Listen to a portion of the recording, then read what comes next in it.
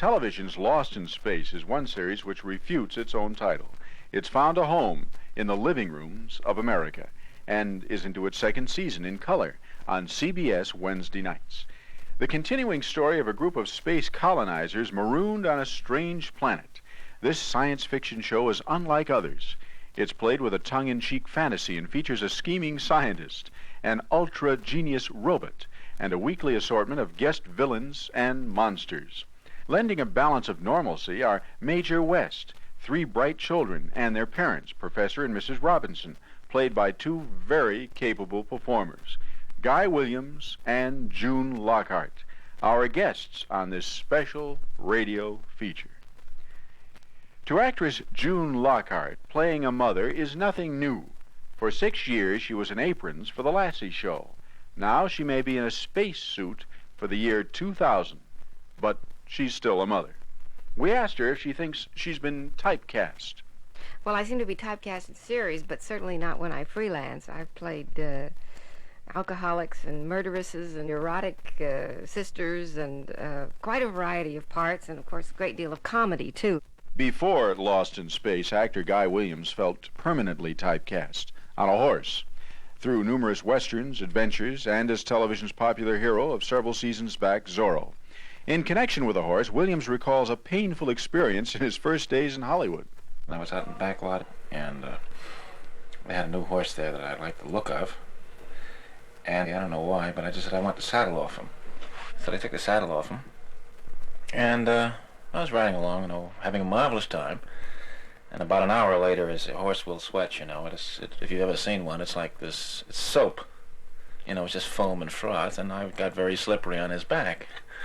And off I went, and it took about 8 months to heal so I could work. June Lockhart's early beginnings were not so dangerous, but still strenuous as a dancer, and she can boast of a very unusual debut on the stage of the Metropolitan Opera at the age of 8.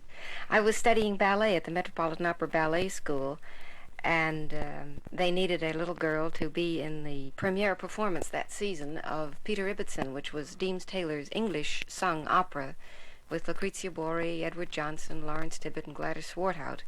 And so I was chosen from the ballet school to be in it. I did several performances with it, and also danced in Die Meistersinger. Daughter of the famous actor Gene Lockhart, June combined her school days with roles in many movie classics of the 40s, including Sergeant York. And was this combination of schoolgirl and actress a difficult one? No, because the career was only done as a hobby. My father was quite insistent that I at least finish high school before I went under contract anywhere, and so any of the things that I did were done under the best circumstances, with big productions, excellent directors, in which I'd be able to learn the craft under the finest circumstances. It was like an apprenticeship, but I was always made very conscious of the fact that I was primarily a schoolgirl, and these little extracurricular activities were just sort of a special treat I was permitted to have. The year 1957 was an important one for both our stars. Coming from New York, Guy Williams eventually won the role as Disney's Zorro and became a star. Going to New York, June Lockhart did her first Broadway play.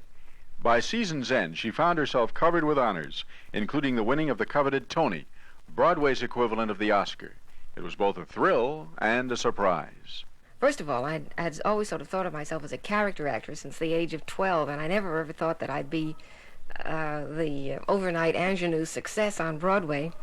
I did 260 performances with the play. It was comedy, and it was a marvelous experience, and it certainly pleased my mother and father. Although highly successful, it was said that acting was not her great ambition. She wanted most to be a news reporter. We asked if this were true. Oh, my goodness, yes, I love journalism, especially television journalism.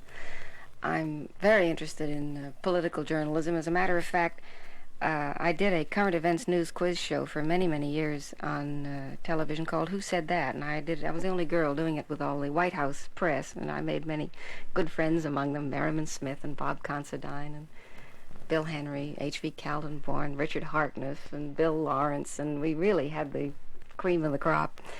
And I inquired at that time if a layman was ever allowed to go out on a presidential campaign with the press to observe the backstage machinations of the running of a political campaign, and apparently nobody had ever asked to go before. So Jim Haggerty, who was Eisenhower's press secretary at the time, arranged for me to go, and I joined them up in Portland. I paid my own way, and it was a marvelous experience. And then subsequently I also went out with Stevenson and did Harlem, Levittown, and Queens in the pouring rain with Dick Nixon one night, too, on a bus. So that was all quite a good experience. And what does she do for relaxation, at home or during breaks at the studio? Read, read, read. I love to read. Well, look at what I brought to the studio today. I've got the Daily New York Times, the Wall Street Journal, the trade papers, this new book by Mark Lane, Rush to Judgment, Marilyn Smith's 4 Days, Time, Life, and that's just for today, though. Guy Williams is a reader, too, with an interest in ancient history. He's also known as an excellent chess player. We asked if he had competed in tournaments. I played tournament chess, yes, against some very good competition. Today I could play, maybe against the average club player I could do all right. But in those days I was playing against top tournament players. But then it was a question of, do you go on with this and become a real chess nut? Do you devote all your time to it? Both Williams and Miss Lockhart devote all their time to family and acting career, and both are enthusiastic about their very successful television series and its prolific producer, Irwin Allen. This year, Mr. Allen is responsible for some of the most spectacular use of color in television. Visiting the set, one is fascinated by the way-out uses of color. Blue rocks, lavender bushes, red landscapes, orange monsters, and sometimes even green people. And in the middle of all of it stands that scene stealer, that lovable, nameless, futuristic bundle of boats, the robot. From a myriad of fans has come the single question, what is he? Who is he? And now Guy Williams is about to divulge the secret. The robot is... No, well, we're not allowed to discuss the robot. That's, Mr. Allen considers that a special effect, and we're not allowed to tell how any of those things work.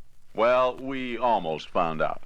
However, it's no secret that Lost in Space has a lot of fun in its fantastic misadventures. According to stars Lockhart and Williams, we have a very, very happy group here. I know lots of people say that, but in this case it's really true. And we laugh and giggle a great deal, because being in this sort of a show, if you weren't able to have fun with it and spoof it a bit, you think, well, you can't take it seriously, you know. And this show has a little zany quality to it that the other shows didn't have. It's all a camp. fun, spoof, zany, camp, combined with fantastic special effects, superb quality production, spectacular use of color.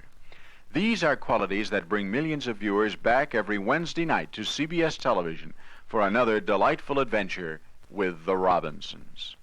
And, after many seasons to come, when they have all been rescued off their bizarre planet, what plans do our stars have for future roles? Well, Guy Williams can do other authoritative masculine roles.